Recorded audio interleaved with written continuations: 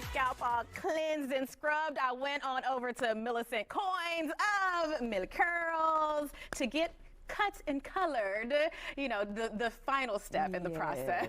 Beautiful. Thank you. You did a wonderful job. Thank you. Thank you. It's my pleasure. Yeah, so let's go to your journey. Okay. Because you had your own natural hair journey as well. I did, and it was a lot of fun until I moved to Houston. So I'm originally from Memphis, and I transitioned. I didn't want to do the big chop, so I transitioned from relaxer to natural hair starting in Memphis. But when I moved here, the humidity had a different plan for me. Oh, yes, it always does. And I said, you know what? Not today.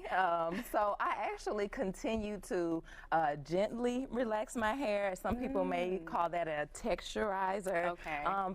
For about 10 years. It took me a long time. And eventually I just started to grow it out.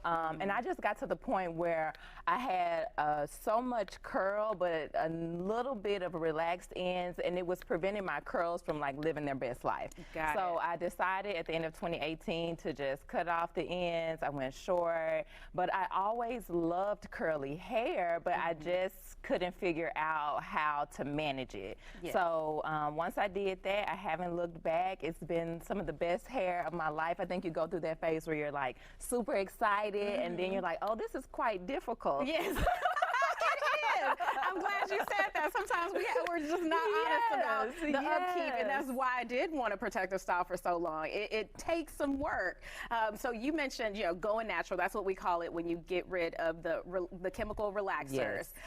What are some things that women should know about going natural? Like some of the benefits, maybe if they're hesitant to do that. I think one of the biggest benefits is that stripping away any chemicals from your hair, like a relaxer, or even if you have like permanent wave and getting rid of that, the texture difference is the biggest thing. So you will see that you'll have more density to your hair because of what the relaxer is doing to your hair and how it's essentially just like taming your curls. You lose a lot of density, you lose some elasticity in the hair, and elasticity is like how much spring your hair has.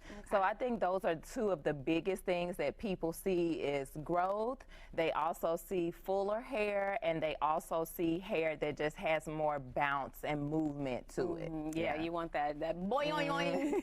Okay. So what are some tips? I mean, we're all so busy and, you know, might be turned off about like, all the maintenance.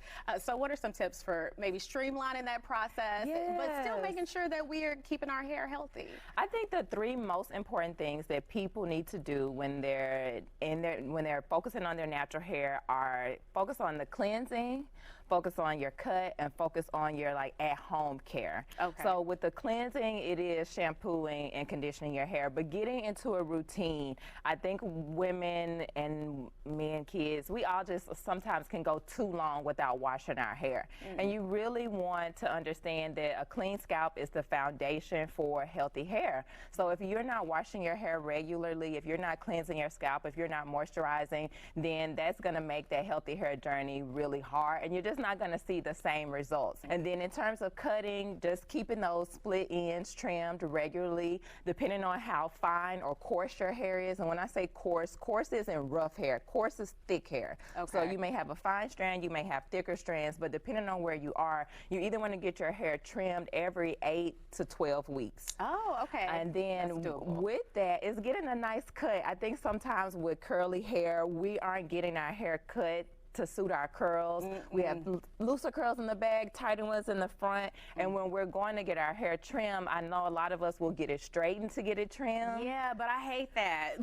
But here's the thing, so many stylists, they may say that they do natural hair, but they don't necessarily cut it when it's curly. Like they don't do the curly cut like you do, and they feel like they have to straighten it to do that. Yes, and then when you go through that process, you're kind of playing the guessing game, right? Like, okay, what is my hair gonna look like when it's curly? Like how long is it gonna be? Right. And then sometimes you'll find that you have those kind of shelves, as I call it, in your curls when you curl your hair again. So getting it cut in its curly state will give you a silhouette that you like, that you can enjoy, and that you feel like looks good with a variety of styles.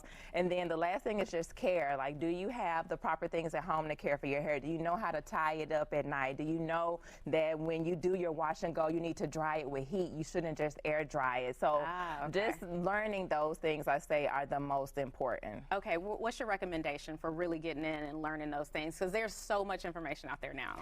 I would say see a professional. Okay. That was something as a part of my hair care journey. I really have always done my own hair, but I would seek a professional. Like when I would go to the salon, I would ask the hairstylist, okay, what do you do about this? And what do you do about that? And how do you do this? And so I had always gone to a professional with my questions. So I know there's so much information on the internet, but I think you should start with a professional, and then you can go online for like styling tips and things like that, but seek a professional just to give you insight to your hair. Okay, all right, I love that. Such great information. Thank you for helping us embrace our curls. Do another hair flip for you. Appreciate your fantastic work. All right, coming up after this break, we're going to have our final thoughts with Millie Curls and Braid Bar Houston.